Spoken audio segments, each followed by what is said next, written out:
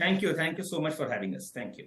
आगे बढ़ेंगे और बात हम यहाँ पर मॉनसून की कर लेते हैं, क्योंकि ऑनसेट तो कल हुआ लेकिन वीक हुआ। और दूसरी जगह ये हुआ कि यूएस की तरफ से हमने एक मेट डिपार्टमेंट की रिपोर्ट आते हुए देखी कि एल निनो का ऑनसेट भी यहाँ पर हो चुका है। जो क्राइटेरियाज यहाँ पर टिक होने चाहिए एल निनो आने के, वो सब कल यहाँ पर होते हुए नजर आए। तो दोनों ही तरफ से यहाँ पर कोई बहुत अच्छी खबर नहीं है, क्योंकि जून का महीना यहाँ पर बिलो मानसून रहने की उम्मीद है, बिलो नॉर्मल मानसून रहने की उम्मीद है। और जिस तरह से एल निनो की अब यहाँ पर ऑनसेट या आगमन हो चुका है, उसकी भी यहां पर आगे जाके चिंताएं हैं।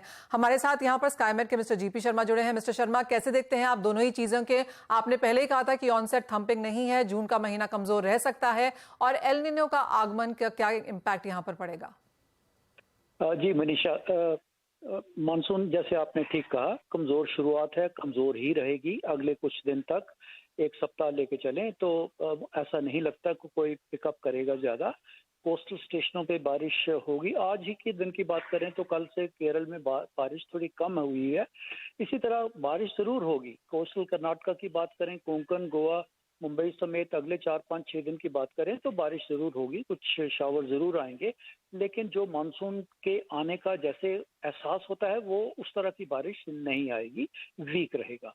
देश के जो भीतरी भाग हैं, दक्षिण पेनिनसुला के, दक्षिण भारत के, उसमें भी उसके कमजोर रहने की संभावना जरूर रहेगी। 10 तारीख तक तो आप जानते हैं वो महाराष्ट्र के काफी सारे क्षेत्रों में मानसून नॉर्मली आ जाता है। तो अभी तो ऐसा कोई अनुमान नहीं है और ना ही तेज इसकी कोई गति पकड़ने की संभावना रहेगी। दूसरा रहा एल नीनो का सवाल है, तो एल नीनो का ऐसी एक्चुअली ना अलग अलग स्टेजेस होती हैं। जैसे शुरू में अगर ऐसा हो, फोरकास्ट प्रेडिक्शन हो कि एल नीनो आना है, तो एल नीनो एडवाइजरी होती है। पर जब वो स्थिति बन जाती है, जब पैरामीटर्स क्वालिफाई कर जाते हैं, उसके लिए थ्रेशोल्ड वैल्यू पार कर जाते हैं, तो उसको एल नीनो वॉच शुरू कर देते हैं या एल नीनो का अलर्ट साउंड कर देते हैं।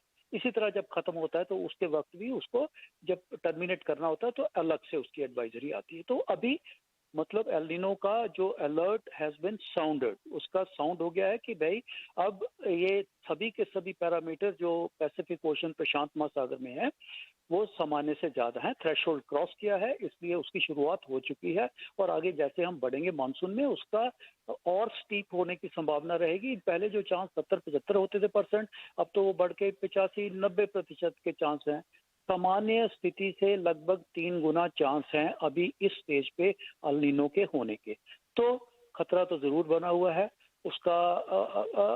हमें तो लग रहा है कि मानसून का जैसे ही हमने फोरकास्ट पहले भी बिलो नॉर्मल दिया हुआ है, कहीं और खराब होता दिखे तो ऐसा भी हो सकता है। पर उसका हम बाद में उसकी फोरकास्ट वगैरह अगर हुआ तो बाद में देंगे। पर जून बहुत अच्छा होता दिखता नहीं है, काफी सारी कमी रहने वाली है जून में देश के काफी सारे भागों में। जी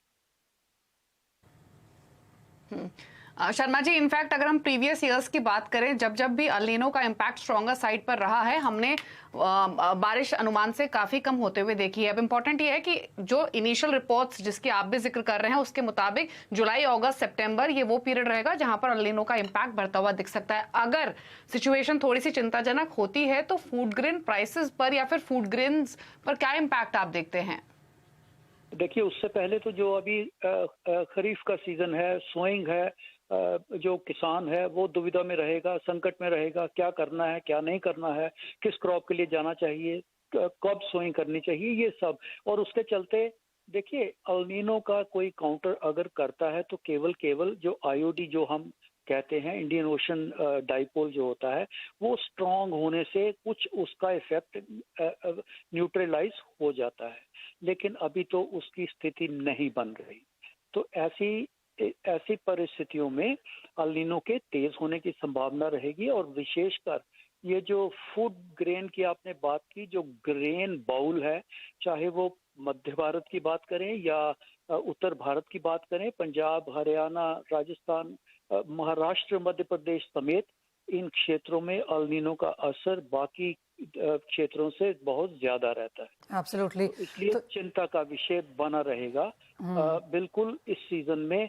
हालांकि शुरुआती दिन है, थोड़ा देखना पड़ेगा 1 सप्ताह, 2 सप्ताह, 3 सप्ताह के लिए। बट कोई जो परिस्थिति बन रही है वो अनुकूल नहीं है और काफी चिंता का विषय बना हुआ है। एल नीनो बढ़ेगा, स्ट्रॉन्गर होगा और उसका इफेक्ट हमें देखने को मिलेगा। जी ऑलराइट शर्मा जी, वो क्लियरली अच्छी न्यूज यहाँ पर नहीं है क्योंकि बाजार की सारी नजर यहाँ पर मॉनसून को लेकर थी और हमने देखा है वीक मॉनसून, एल निनो की पॉसिबिलिटी भी यहाँ पर। रवि, जिस तरह की चिंता है, जैसे मिस्टर शर्मा ने भी कहा, कैसे देखते हैं आप ये कंसर्न और कौन सी वो एक फसल रह सकती है जिस पर ज्यादा आपकी तवज्जो रहेगी? जरूर से मैंने अभी आगे जब बात हुई थी तब मैंने बोला था कि इनपुट ही सही नहीं है, मीन्स की इस टाइम गर्मी भी कम पड़ी थी तो आउटपुट सही नहीं आएगा। Monsoon is the output of summer. तो मुझे लग रहा है कि वहां पे वैसे एल निनो की प्रिडिक्शन वाली जो कल यूएस की रिपोर्ट है थोड़ी सीरियस है, तो मुझे लग रहा है कि इमीडिएटली जो सोइंग पर इफेक्ट होगा वो soybean, paddy, sugar cane and हल्दी, ये 4 कमोडिटीज है जिसमें शायद इनिशियली सोइंग है वो डिले होता वो दिखेगा। तो मुझे लग रहा है कि वहां पे सोयाबीन पे फोकस करना चाहिए। वैसे भी edible oil prices lower level पे स्टेबल हो चुके हैं, तो मुझे लग रहा है कि ये कमोडिटी में और 100 से 200 पॉइंट की एक बढ़त आपको ये न्यूज पे आते हुए दिखेगी। और सेकंड होगा शुगर प्राइसेस। मुझे इंटरनेशनल जिस हिसाब से प्राइसेस चल रहे हैं, डोमेस्टिक प्राइसेस में गवर्नमेंट के कंट्रोल के हिसाब से इतना ज्यादा नहीं बढ़े, बट आगे मैं ऐसा मानता हूँ कि इंटरनेशनल मार्केट में 28 तक के प्राइसेस की उम्मीद करनी चाहिए। तो ये 2 कमोडिटी है जिसमें थोड़ा 8 मंथ्स के सप्लाई वाइज या सोइंग वाइज हो सकता है, जिसका प्राइस में इम्पैक्ट आता हुआ दिख सकता है। ओके, तो एडिबल ऑयल्स और शुगर यहाँ पर प्राइसेस बढ़ सकते हैं अगर मौसम का मिजाज बिगड़ा तो। शुगर के प्राइसेस ऑलरेडी हमने इंटरनेशनल मार्केट्स में खास तौर से बढ़ते हुए देखे भी हैं। शुक्रिया आपका रवि और अमित आने के लिए, स्ट्रैटेजीज बताने के लिए, thank you so much. Break का वक्त हो गया है, मुझे मनीषा जी को दीजिए इजाजत। ब्रेक उस पर आप देखिए वायदा मार्केट का एक्शन फ्यूचर एक्सप्रेस में। नमस्कार।